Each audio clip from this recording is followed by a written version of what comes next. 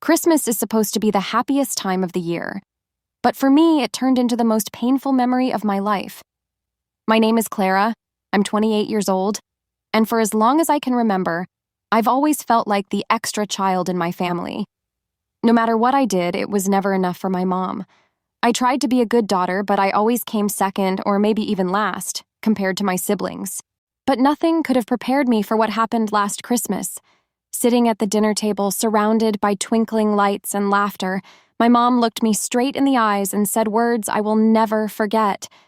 "You're the most useless child we have." The whole table went silent. My heart shattered. But in that moment, I decided I wouldn't stay silent anymore. I answered back, and what I said changed everything in my family forever. If you are watching this right now, drop a comment letting me know where you are viewing from. Before I tell you about this life-changing decision, hit like and subscribe to hear more real stories. The living room smelled of roasted turkey and cinnamon candles. The Christmas tree sparkled in the corner, covered in gold ornaments, and laughter filled the house. On the outside, it looked like the perfect Christmas. But inside, I felt completely out of place. I sat quietly at the long dinner table, watching my mom pour extra gravy onto my brother's plate while complimenting my sister on how beautiful she looked. Every smile, every word, every little gesture seemed to remind me of something I already knew deep inside. This wasn't my place. My siblings laughed loudly, clinking their glasses while I forced a smile, pretending to belong. But deep down, I was sinking. I had been here before. Every Christmas felt the same. Everyone celebrated, and I just sat there, like a shadow. But that night, I had no idea that what my mom was about to say would cut through me like a knife and change the way I saw my family forever. The clinking of forks and glasses stopped for just a moment as my mom looked across the table. Her eyes fell on me, cold, sharp, almost like she was tired of my very existence. Then, without a second thought, she said the words I'll never forget.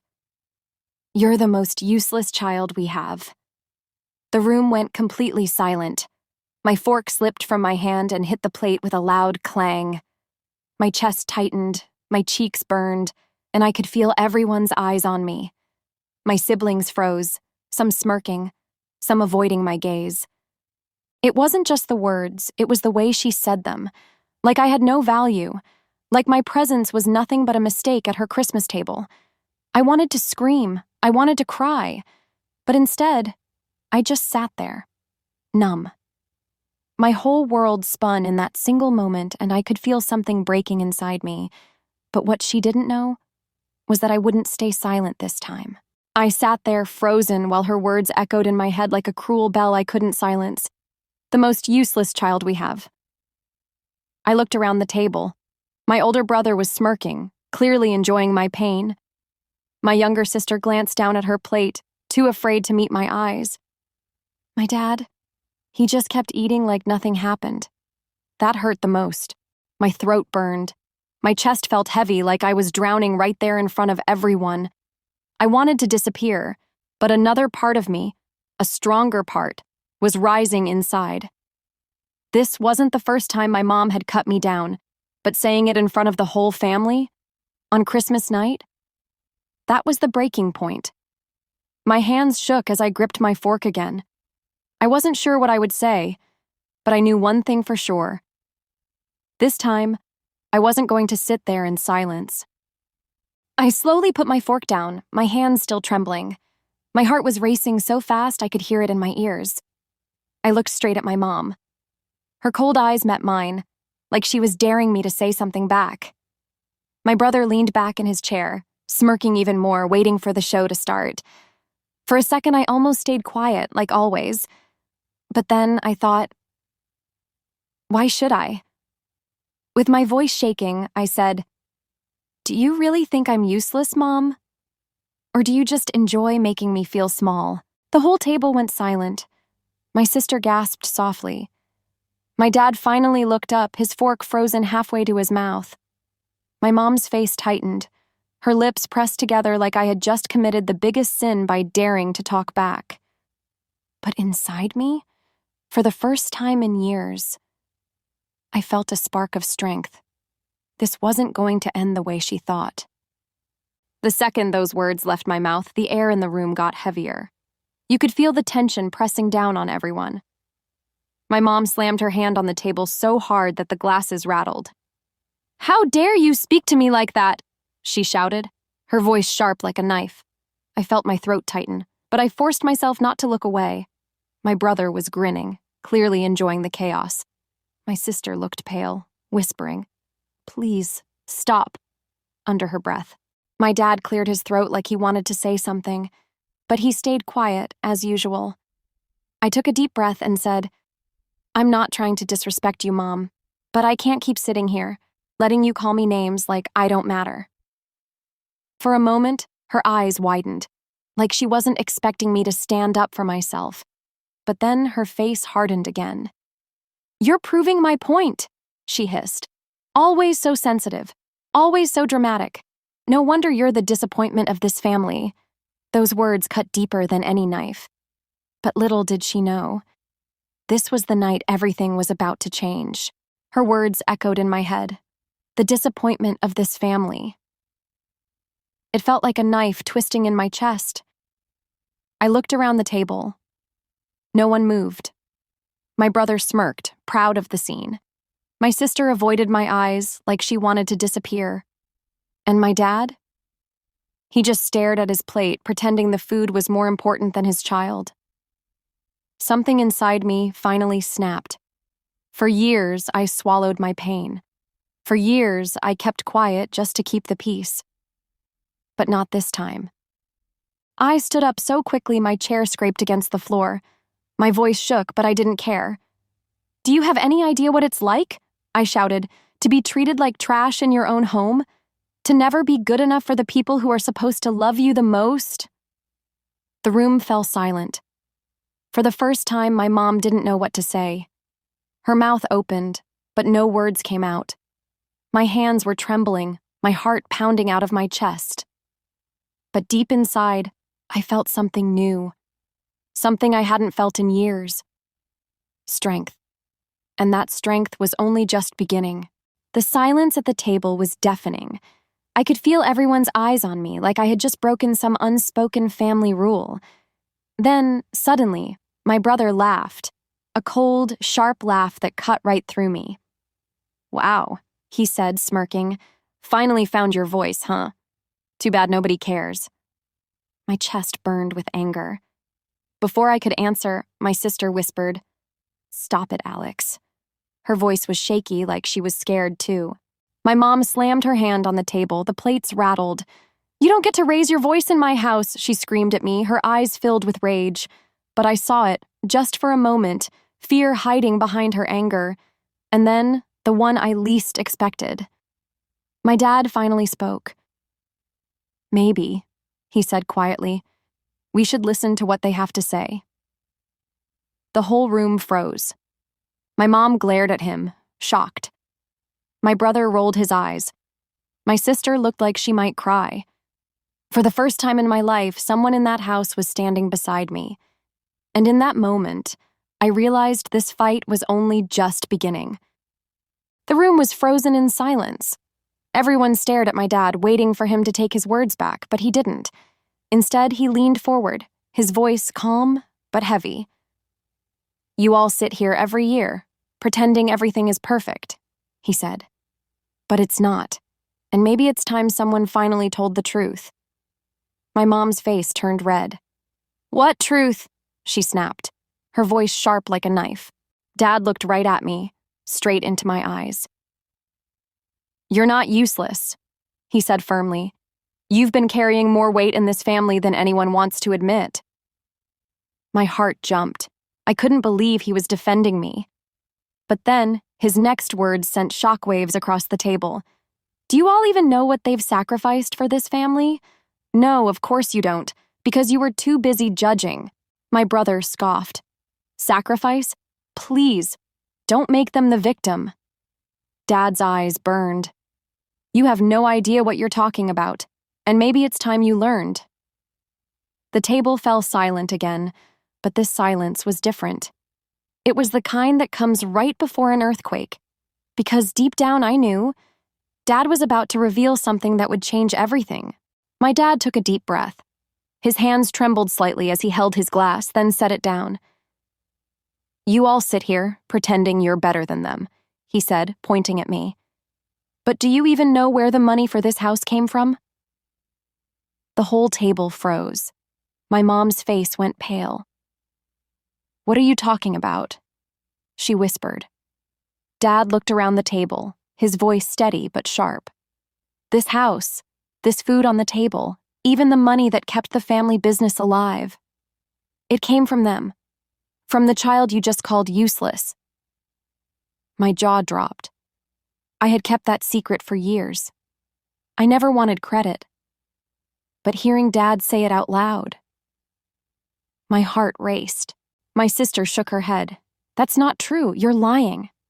Dad slammed his fist on the table, making the glasses rattle. "It is true. While you were busy living your lives, they worked double shifts, sold things they loved, and handed me the money so this family wouldn't fall apart, and not once did they ask for thanks." The air grew heavy. No one could even blink. And for the first time, my mom's eyes softened. But it wasn't enough. Not yet.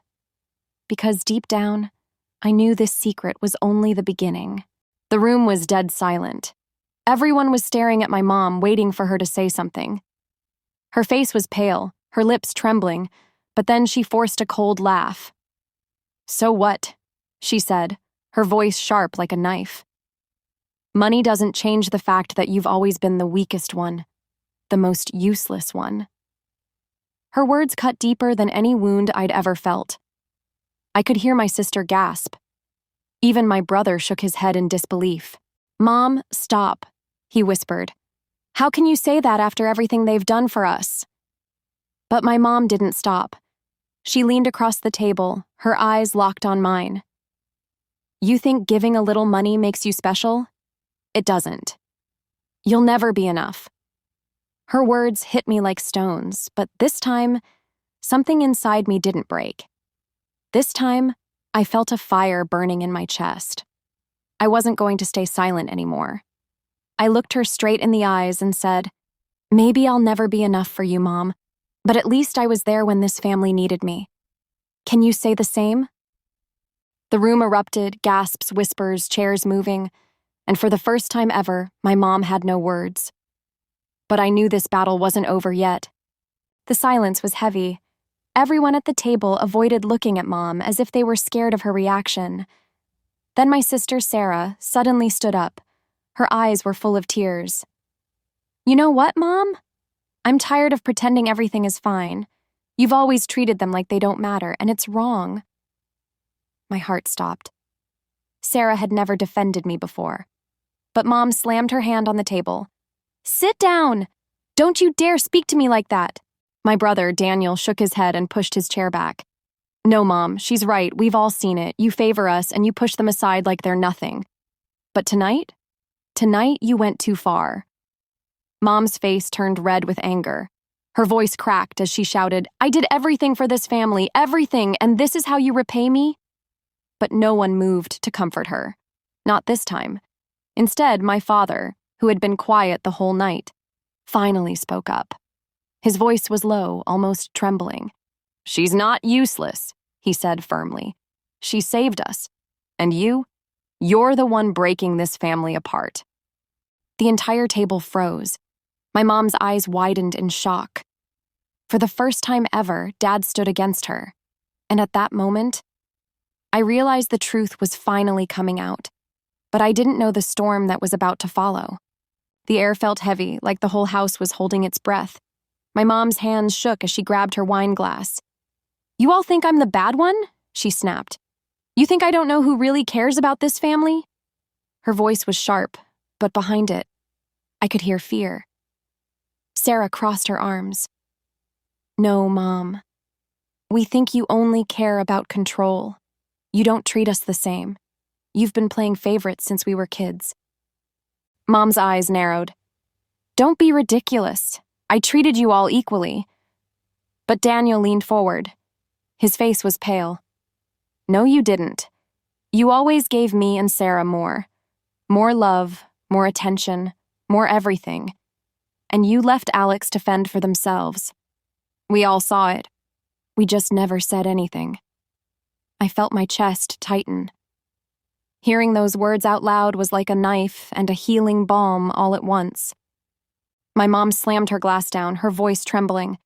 You have no idea what I sacrificed. Do you know how much harder it was with Alex? Always quiet, always different, never fitting in. Stop! Dad's voice boomed across the table, shaking the room. Everyone froze. You don't get to say that. Not tonight. Not after calling our child useless. Tears welled in my eyes, but I refused to let them fall. For the first time, my father wasn't just defending me. He was standing against her. But deep down, I knew this was only the beginning. Because once one secret slips out, the rest always follow. The room was so quiet I could hear the clock ticking on the wall. My mom's face had gone pale and my dad's eyes burned with years of anger he had never spoken. Finally, he said it. You think Alex was useless? You never even gave them a chance, because they weren't the child you wanted. The words hit me like a storm. What did that even mean? Sarah gasped. Dad, what are you saying? My father's hands trembled as he looked straight at my mom. Tell them the truth, Martha, or I will. My mother's lips pressed into a thin line. She looked at me, then at my siblings. Her voice was cold. Fine. You all want the truth? Alex was a mistake. I never planned for them, and I resented it every single day. The world stopped spinning. My ears rang. I couldn't breathe. Daniel slammed his hand on the table. How could you say that to your own child? Tears stung my eyes, but inside me, something stronger than pain was rising. It was rage. I stood up slowly, my chair screeching against the floor. My heart was pounding, but my voice came out steady. So that's it? That's why you've hated me all my life? Because I wasn't your perfect plan? Her silence was the answer. And in that moment, I knew everything would change. The silence after my question felt heavier than 1,000 bricks. My mom didn't say a word. She just stared at me, almost daring me to stay quiet, like I always did. But this time, I wasn't going to. My chest was burning, my hands shaking, but I forced the words out. You called me useless. You treated me like I was less than everyone else. Do you even know how many nights I cried myself to sleep wishing I could be good enough for you? Her eyes flickered for just a second, but still, she stayed cold. I pressed on. You think I'm a mistake? Then fine. But let me tell you something. This mistake is the only reason Sarah got through college. I was the one helping Daniel when he couldn't pay rent. And even when you pushed me away, I still came back every Christmas hoping, just hoping, you'd love me. The whole table was in tears now. Sarah was sobbing quietly, Daniel's jaw clenched in anger. I leaned forward, my voice breaking. You don't get to call me useless. You don't get to erase everything I've done. I may not be the child you wanted, but I am so much more than you ever saw. For the first time in my life, my mother's face cracked. Her eyes filled with tears she quickly wiped away like she was ashamed to be seen crying. But it was too late. Everyone had seen. And for the first time, she wasn't the powerful one at the table. The room stayed silent for what felt like forever. I could still feel my heart pounding in my chest after finally saying everything I had buried for years. Then, Sarah stood up first. She came over and hugged me tightly, tears streaming down her face. I'm so sorry, she whispered.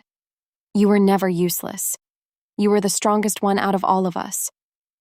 Daniel followed, placing his hand on my shoulder. I always knew you carried more than we did. I should have stood up for you sooner. I felt my knees go weak. For the first time, I wasn't standing alone. Then all eyes turned to my mother. Her hands trembled, her lips pressed tight. She looked small. Finally, she spoke, her voice breaking. I don't know why I said those things. I thought being hard on you would make you stronger. But instead, I pushed you away. Tears rolled down her face, and for the first time, she didn't hide them.